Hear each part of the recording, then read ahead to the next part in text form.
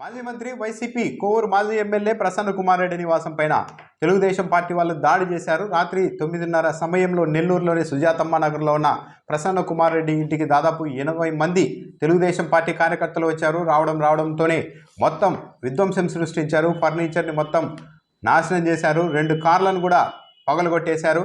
ఆ సమయంలో ప్రసన్న కుమార్ రెడ్డి ఇంటిలో లేరు. ఆయన తల్లి శ్రీలక్ష్మి మాత్రమే నివాసంలో ఉన్నారు. ఒక్కసారిగా 80 మంది వచ్చి మారణాయుధాలతో వచ్చి రాళ్ళు విసరడం, ఫర్నిచర్ని మొత్తం ధ్వంసం చేయడం, పెద్ద ఎత్తున కేకలు వేయడంతో ఆమె భయపడి బెడ్రూమ్లోనికి వెళ్ళి తలుపులు వేసుకున్నారు.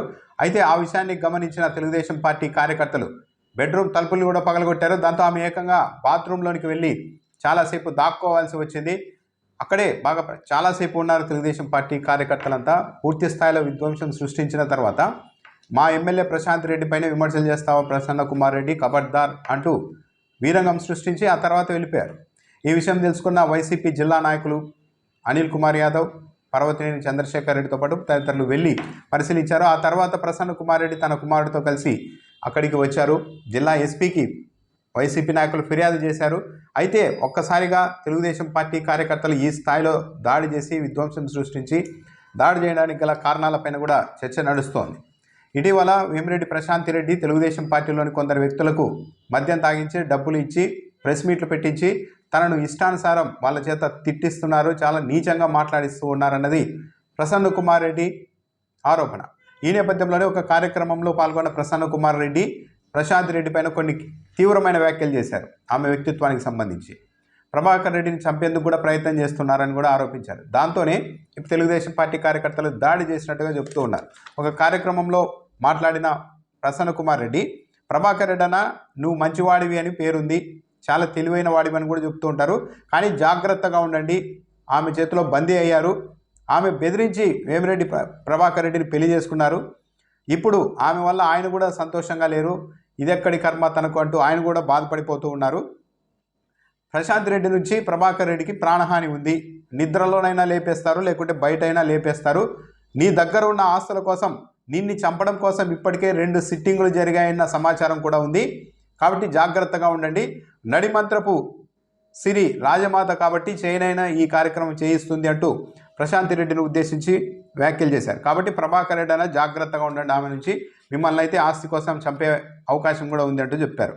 తెలుగుదేశం పార్టీలోని నేతలకు మద్యం తాగించి ప్రెస్ మీట్లు పెట్టి నన్ను ఇష్టానుసారం ప్రశాంత్ రెడ్డి తిట్టిస్తున్నారు, ఇది పద్ధతి కాదు, ఇలాంటి ఫస్ట్ మానుకోండి అంటూ కూడా ప్రసన్న కుమార్ రెడ్డి చెప్పారు. కోవూరు చరిత్ర తెలుసుకోవాలి, కోవూరులో కూడా ఎంతోమంది రాజకీయాలు చేశారు, రాజకీయాలు ఎన్నికల వరకే ఉంటాయి, ఆ తర్వాత అంతా స్నేహితులుగా ఉంటారు, కానీ ఈమె వచ్చిన తర్వాత మాత్రం పరిస్థితి అలా లేదు, డబ్బులు ఇచ్చి ప్రెస్ మీట్లు పెట్టించి తిట్టించే పరిస్థితికి వచ్చారు, నన్ను అవినీతిలో పీహెచ్డీ చేసినట్టుగా ఆమె ఆరోపణ చేస్తూ ఉన్నారు, నా పీహెచ్డీ సంగతి సరే, రేణుగుంట మెస్లో మీరు చేసిన పీహెచ్డీ ఏంటి, తిరుపతి, బెంగళూరు, హైదరాబాద్లో మీరు చేసిన పీహెచ్డీల సంగతి ఏంటి అంటూ ప్రసన్న కుమార్ రెడ్డి ప్రశాంత్ రెడ్డిని ఉద్దేశించి మాట్లాడారు. మీ చరిత్ర గుజరాత్, ముంబై, హైదరాబాద్, బెంగళూరు పక్క రాష్ట్రాల్లో కూడా చెప్తారంటూ కూడా ఆయన మాట్లాడారు. ప్రెస్ మీట్లు పెట్టించి నాలుక కోయిస్తామంటూ మాట్లాడుతూ ఉన్నారు, డబ్బులు ఇచ్చి నన్ను తిట్టిస్తూ ఉన్నారు, ఈ పద్ధతి మానుకోవాలి, ఏదో అదృష్టం కొద్దీ ప్రభాకర్ రెడ్డికి భార్య అయ్యారు, ఒకసారి ఎమ్మెల్యే అయిపోయారు, కాబట్టి 10 మందికి మంచి చేయండి అంటూ మాట్లాడారు. ఈ వ్యాఖ్యలే ప్రశాంత్ రెడ్డికి ఆగ్రహం తెప్పించినట్టుగా చెప్తున్నారు. దాంతో ఆమె అనుచరులు దాదాపు 80 మంది ప్రసన్న కుమార్ రెడ్డి ఇంటి మీద పడి విధ్వంసం సృష్టించారు. జగన్మోహన్ రెడ్డి కూడా ఫోన్ చేసి ఈ దాడికి సంబంధించి జగన్మోహన్ రెడ్డి కూడా ఫోన్ చేసి ప్రసన్న కుమార్ రెడ్డిని పరామర్శించారు, వివరాలు తెలుసుకున్నారు. వైఎస్ఆర్సీపీ నాయకులు అయితే ఎస్పీకి ఫిర్యాదు చేశారు ఈ దాడికి సంబంధించి. మరి ఈ దాడి చేసిన వాళ్ళపైన చర్యలు తీసుకుంటారా పోలీసులు లేదా అన్నది చూడాలి. ఎందుకంటే ప్రశాంత్ రెడ్డి తెలుగుదేశం పార్టీ అధికార పార్టీ ఎమ్మెల్యే కాబట్టి ఆమె మీద, ఆమె అనుచరుల మీద కేసులు పెట్టడం లాంటివి చేస్తారా లేదా అన్నది చూడాలి. అయితే నెల్లూరు చరిత్రలో ఎక్కడా కూడా ఇలాంటి ఒకరి నివాసాలపైన ఒకరు దాడులు చేసుకోవడం అన్నది ఎప్పుడూ లేదు. ఫస్ట్ టైం వేమిరెడ్డి ప్రశాంత్ రెడ్డి ద్వారా ఈ ఘటన జరిగింది. నెల్లూరుకి కూడా బీహార్ సంస్కృతి తీసుకొని వచ్చారని వైఎస్ఆర్సీపీ నాయకులు ఆరోపిస్తూ ఉన్నారు.